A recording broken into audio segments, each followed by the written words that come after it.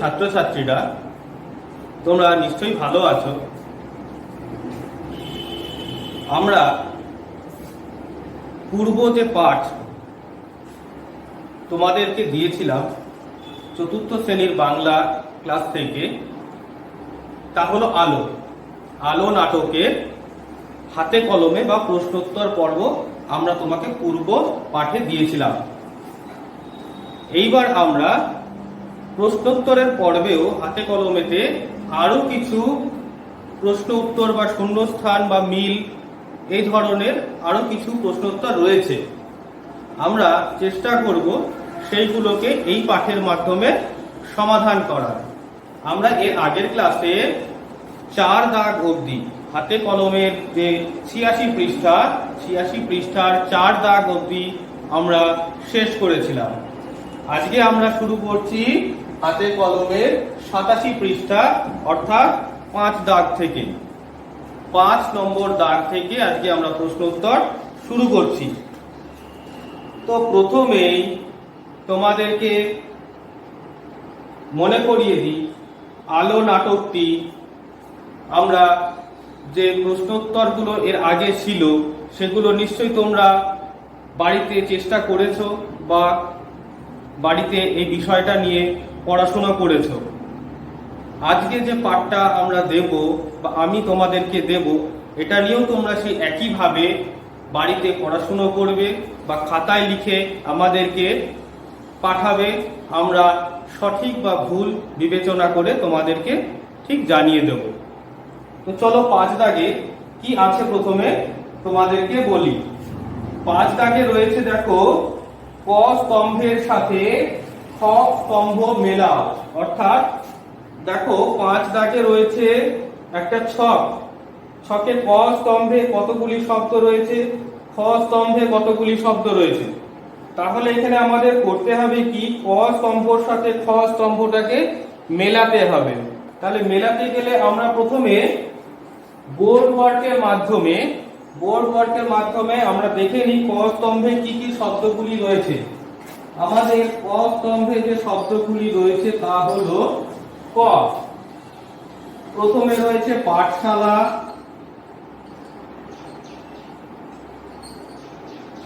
তারপরে রয়েছে বন, তারপরে রয়েছে হাঁড়ি,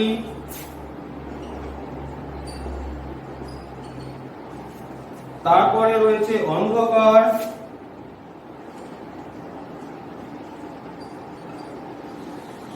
তারপরে রয়েছে মনসা ঝোপ। শেষ যে শব্দটি আছে সেটি হলো মনসা ঝোপ। ঠিক আছে, এইবার ঠিক একইভাবে আমরা দেখব খ স্তম্ভে যে শব্দগুলি রয়েছে সেগুলি লিখে নেব। খ স্তম্ভে আমাদের যে শব্দগুলি রয়েছে সেগুলি হলো, প্রথমে রয়েছে কাঁটা, তারপরে রয়েছে ভাত, তারপরে রয়েছে ভয়, তারপরে রয়েছে গুরু মশাই,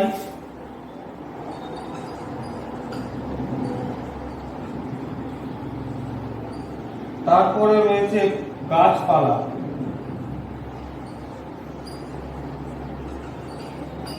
তাহলে শব্দগুলি তোমরা প্রথমে ভালো করে দেখে নাও।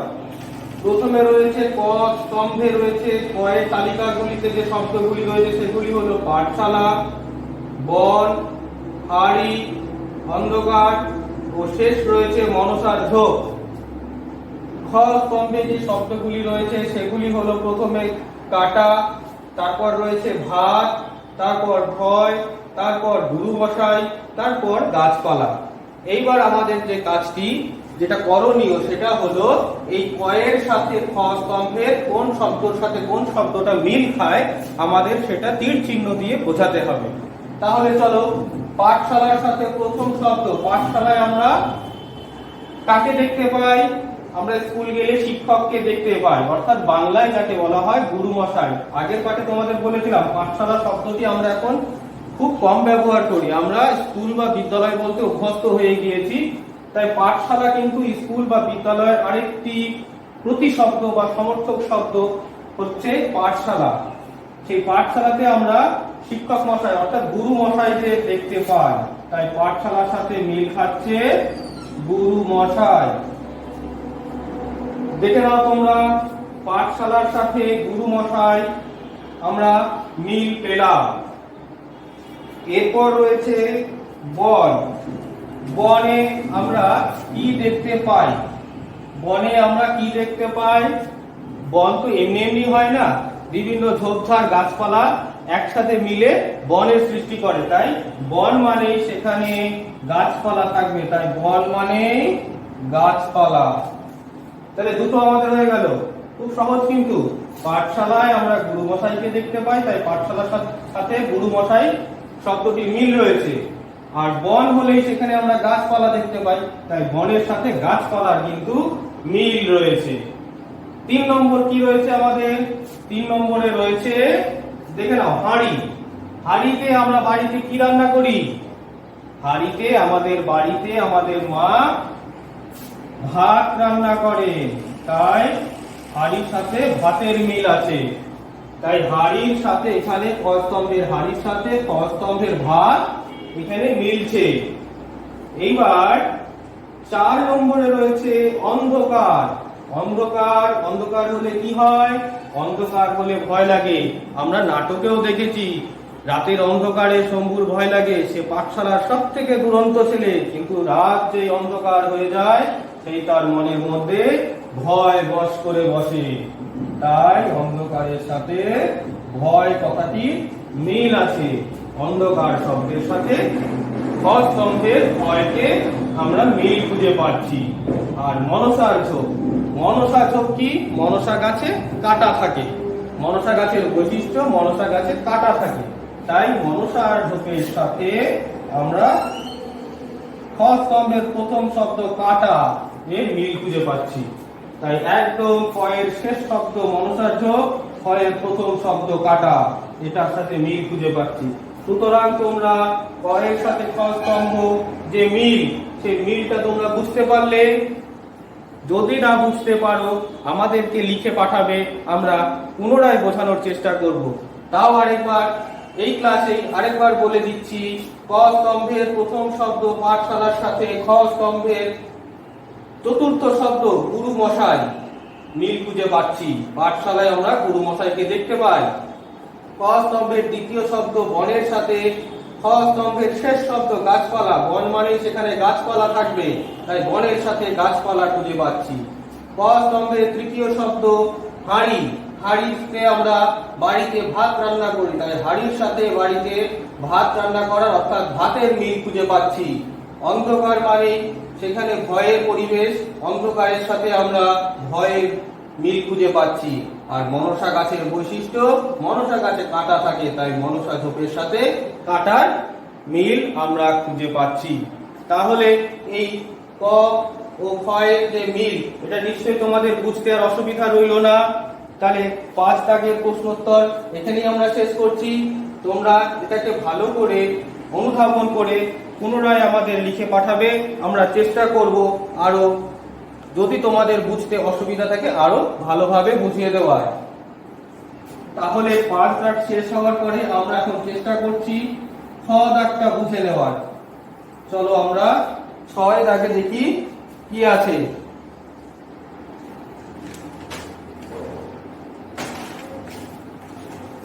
6 দাগে রয়েছে, পাশের শব্দ ঝুড়ি থেকে ঠিক শব্দ বাক্যটি বেছে নিয়ে সম্পূর্ণ করো। পাশের শব্দ ঝুড়ি থেকে ঠিক শব্দ বেছে নিয়ে বাক্যটি সম্পূর্ণ করো। তাহলে আমাদের প্রথমে এখানে একটা শব্দ ঝুড়ি বানাই, একটা শব্দ ঝুড়ি বানাই। দেখো এরকম একটা শব্দ ঝুড়ি আছে, বইতে একটু গোল করে দেওয়া আছে। দেখো বইতে একটু গোল করে দেওয়া আছে। 6 দাগটা দেখো, পাশের শব্দ ঝুড়ি থেকে ঠিক শব্দটি নিয়ে বাক্যটি সম্পূর্ণ করো, গোল করে দেওয়া আছে। আমরা একটু বড় করে চৌকো করে ঝুড়িটা বানালাম, শব্দের যে বক্সটা সেটা চৌকো করে বানালাম। তাতে কি কি রয়েছে? তাতে যে শব্দগুলো রয়েছে, প্রথমে রয়েছে ধারালো।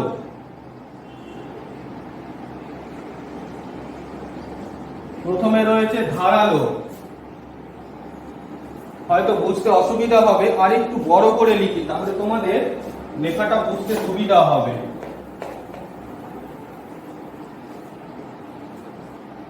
আর একটু বড় করে আমরা বক্স করে নেব, বড় করে লিখি ধারালো। তার পরের শব্দটি রয়েছে অসার।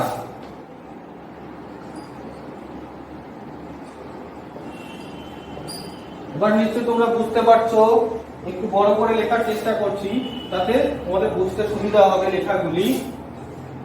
অসার। তারপরে রয়েছে মধুর।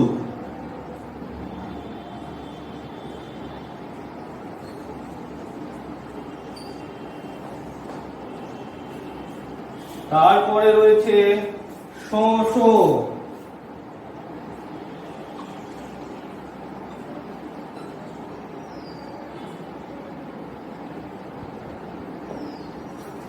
তারপরে রয়েছে মনসা ঝোপ।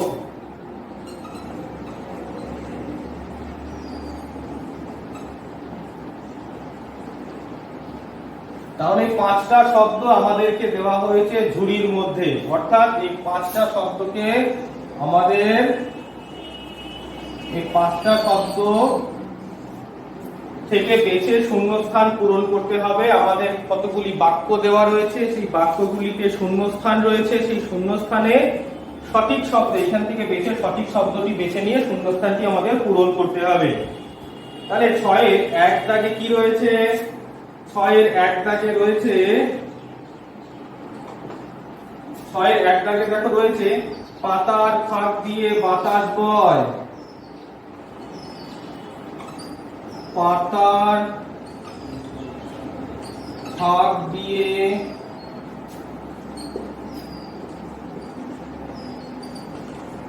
বাতাস বয়।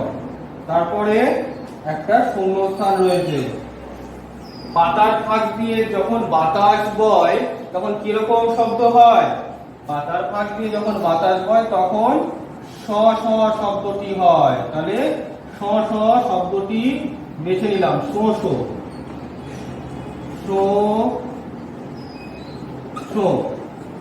পাতার ফাঁক দিয়ে শো শো শব্দ শুনতে পাওয়া যায়। 6-এর 2 নম্বর দাগে কি রয়েছে? 6-এর 2 নম্বর দাগে রয়েছে বুড়ো দাদু ড্যাশ অচেতন হয়ে পড়ে থাকে।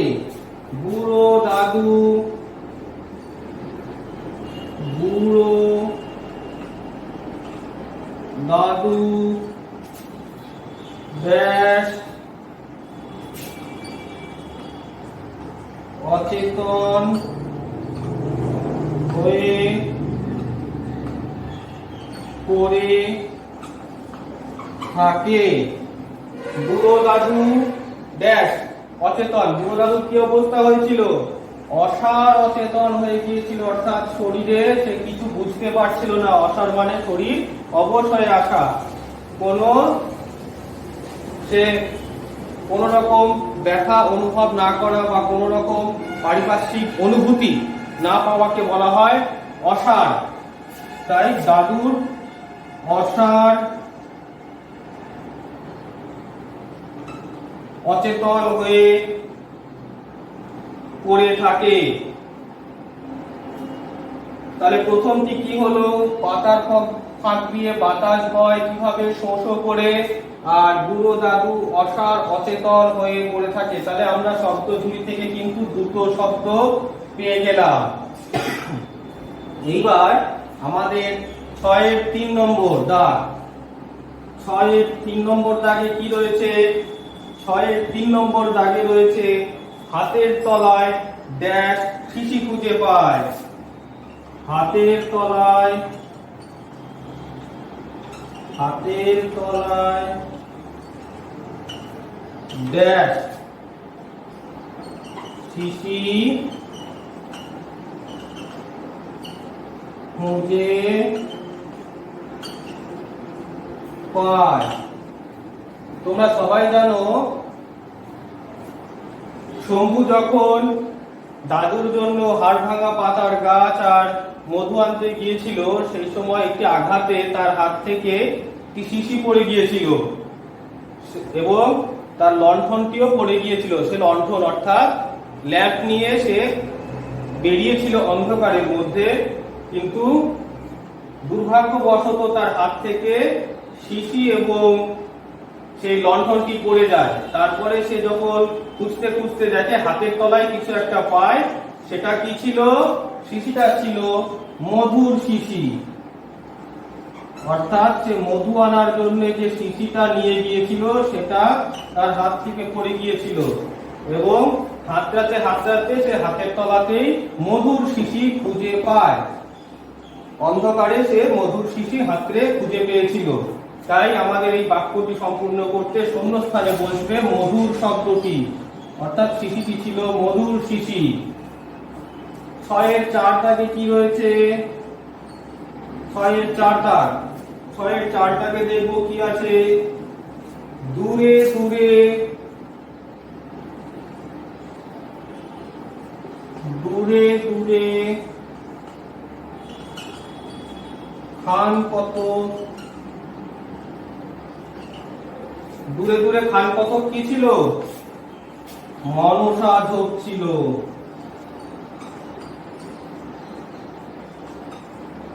তোমরা নিশ্চয়ই মনসার ঝোপ দেখেছো। মনসার ঝোপ কিন্তু জঙ্গলের মতো হয় না, একটু ফাঁকা ফাঁকা ফাঁকা ফাঁকা দেখে ঝোপ আকৃতির হয়, অর্থাৎ একটু দূরে দূরে দূরে দূরে পাওয়া যায় মনসার ঝোপ। তাই এখানে সেই শব্দটি হচ্ছে দূরে দূরে খান কত মনসার ঝোপ পাওয়া গিয়েছিল, অর্থাৎ কিছু মনসার ঝোপ শম্ভু দেখতে পেয়েছিল। 6-এর 5 দাগে কি বলছে? 6-এর 5 দাগে বলছে করাল কঠিন। করাল কঠিন শূন্যস্থান ধারালো।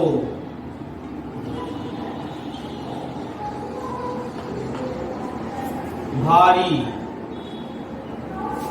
অর্থাৎ করাল কঠিন ধারালো ভারী। এখান থেকে আমরা ধারালো শব্দটি খুঁজে পেলাম।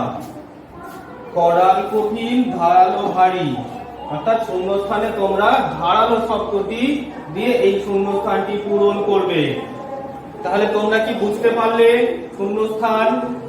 যদি না বুঝতে পারো পুনরায় আমাদের এই ভিডিওর পরে আবার জানাবে, আমরা নিশ্চয়ই সেই গ্রুপে তোমাদের সাথে আলোচনা করব। তাহলে পুনরায় তো দেখে নি শূন্যস্থানগুলি। পাতার ফাঁক দিয়ে বাতাস হয় শো শো, শব্দগুলি থেকে শো শো শব্দটি নিয়ে শূন্যস্থানটি পূরণ করলাম। বুড়ো দাদু অসার অচেতন হয়ে পড়ে থাকে, শব্দঝুড়ি থেকে অসার শব্দটি বেছে নিলাম। হাতের তলায় মধুর শিশি খুঁজে পায়, শব্দঝুড়ি থেকে মধুর শব্দটি বেছে নিলাম। দূরে দূরে খান কতক মনসার ঝোপ, অর্থাৎ শূন্যস্থানে শব্দঝুড়ি থেকে মনসার ঝোপ শব্দটি বেছে নিয়ে শূন্যস্থানটি পূরণ করলাম।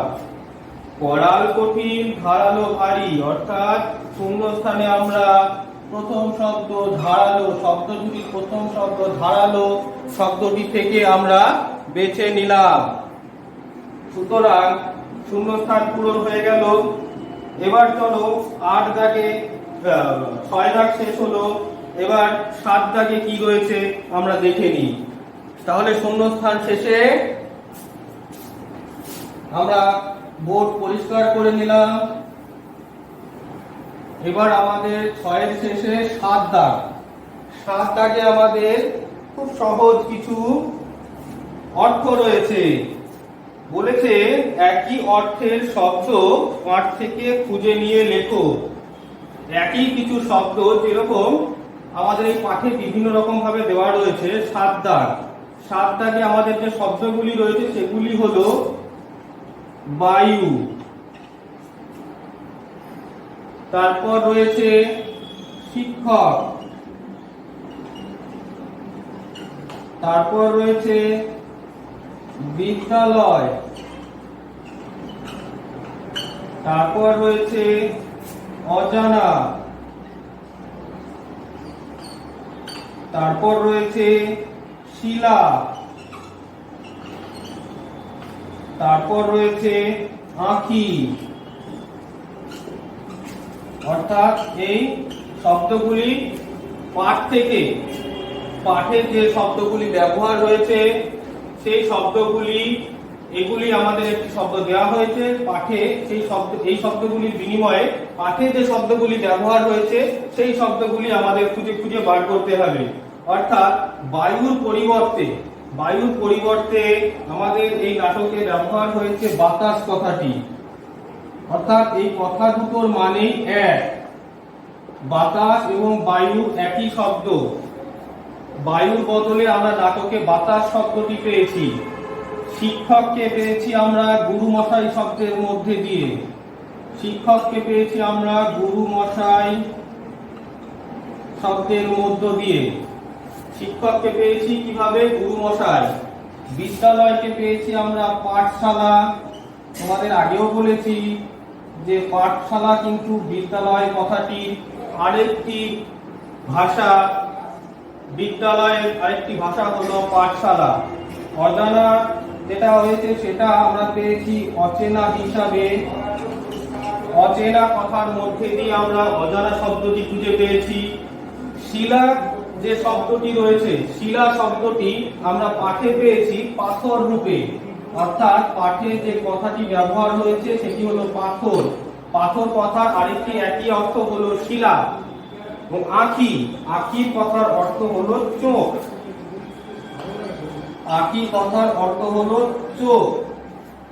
অর্থাৎ আমরা আলো নাটকের মধ্যে যে শব্দগুলি পেয়েছি সেগুলি হলো বাতাস, গুরুমশাই, পাঠশালা, অচেনা, পাথর ও চোখ। এই শব্দগুলি কিন্তু আমরা পাঠের মধ্যে পেয়েছি। এই শব্দগুলির আরেকটি রূপই কিন্তু এই পাশে তোমাদের দেওয়া হয়েছিল, বায়ু, শিক্ষক, বিদ্যালয়, অজানা, শিলা, আঁখি। অর্থাৎ বায়ু কথাটা পাঠে আমরা পেয়েছি বাতাস, শিক্ষক কথাটি পাঠে আমরা পেয়েছি গুরুমশাই, বিদ্যালয় কথাটি পাঠে আমরা পেয়েছি পাঠশালা, অজানা কথাটি পাঠে আমরা পেয়েছি অচেনা, শিলা কথাটি পাঠে আমরা পেয়েছি পাথর, আঁখি কথাটি পাঠে আমরা পেয়েছি চোখ হিসাবে। অর্থাৎ একই শব্দ অন্য প্রতিশব্দ এই নাটকে ব্যবহার হয়েছে। তাহলে ঝটপট তোমরা এটাকে খাতায় টুকে ফেলো এবং আমাদেরকে, আমরা যখন প্রশ্ন উত্তর করব তোমরাও কিন্তু ঝটপটের উত্তরগুলো দিয়ে দেবে। ঠিক আছে? তাহলে আমরা এবার ৮ দাগে চলে আসি।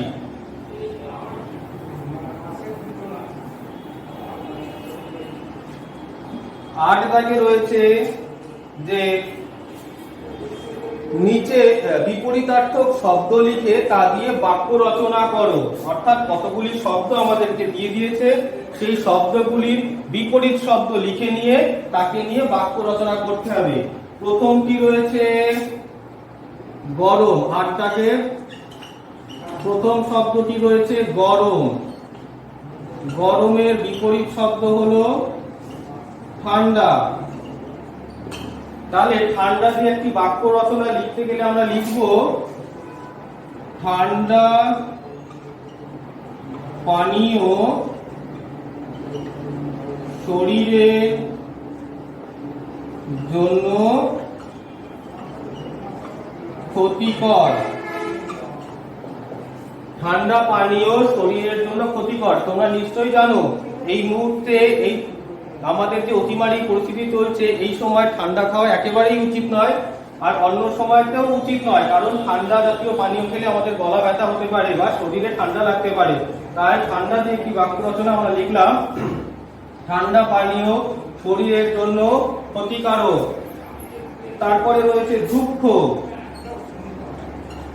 দুঃখর বিপরীত হলো সুখ। সুখ দিয়ে একটি বাক্য রচনা হলো সবার জীবনে সুখ দুঃখ থাকে। অর্থাৎ তোমরা সবাই জানো সবার জীবনেই সুখ দুঃখ। আজকে খুব ভালোভাবে একটা দিন কাটালে কালকেও যে সেই দিনটা একই রকম যাবে তা নয়, কালকের দিনটা খারাপও যেতে পারে। অর্থাৎ সুখ দুঃখ দুরকম দিয়েই কিন্তু আমাদের প্রত্যেক দিনের জীবন কাটে, অর্থাৎ সবার জীবনেই কিন্তু সুখ এবং দুঃখ দুটোই থাকে। তারপরে রয়েছে দুরন্ত, এগুলো খুব সহজ। তোমরাও ইচ্ছা করলে একই শব্দ দিয়ে বিভিন্ন বাক্য রচনার চেষ্টা করতে পারো। আমি যেগুলো লিখে দিচ্ছি সেগুলোই যে করতে হবে তার কোনো কথা নেই। দুরন্তর বিপরীত হচ্ছে শান্ত। শান্ত দিয়ে আমরা একটা বাক্য রচনা কি করতে পারি? আমার বন্ধুরা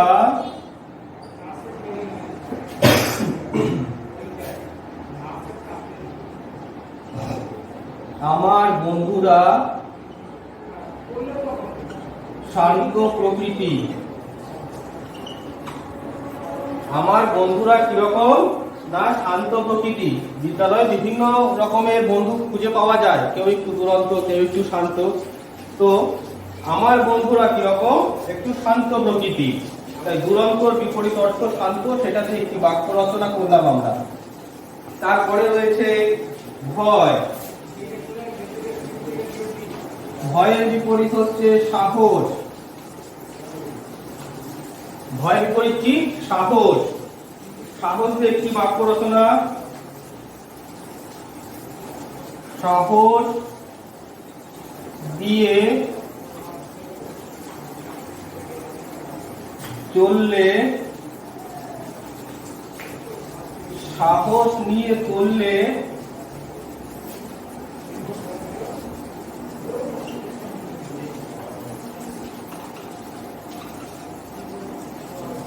সমস্ত বাধা অতিক্রম করা যায়। অর্থাৎ সাহস নিয়ে চললে আমরা সমস্ত বাধাই কিন্তু অতিক্রম করতে পারি। শেষ যে শব্দটি রয়েছে তা হলো বন্ধ। বন্ধর বিপরীতার্থক শব্দ খোলা। বন্ধর বিপরীতার্থক শব্দ খোলা, বা তোমরা মুক্তও বলতে পারো, যে কোনো একটি তোমরা ব্যবহার করতে পারো। তাই খোলা দিয়ে একটি বাক্য রচনা করলাম। আমার বাড়ির সামনে, আমার বাড়ির সামনে খোলা মাঠ রয়েছে। আমি চেষ্টা করলাম খুব সহজ সহজ কিছু বাক্য দিয়ে তোমাদের বোঝাবার। তোমরা এই একই শব্দ দিয়ে বিভিন্ন বাক্যই রচনা করতে পারো, তবুও এইগুলোই যে করতে হবে তার কোনো কথা নেই। তোমরা খাতায় বিপরীতার্থক শব্দগুলি ঠিকঠাক রেখে আরো বিভিন্ন শব্দ, আরো বিভিন্ন বাক্য রচনার মধ্যে দিয়ে তোমরা আমাদেরকে এটা দেখাতে পারো। আমরা সেই তোমাদের উত্তরগুলো আমরা দেখে নেব। তাহলে আজকে ৮ দাগ দিয়েই আজকের পাঠ এখানে আমরা শেষ করছি। দেখা হবে তোমাদের সাথে পরবর্তী পাঠে।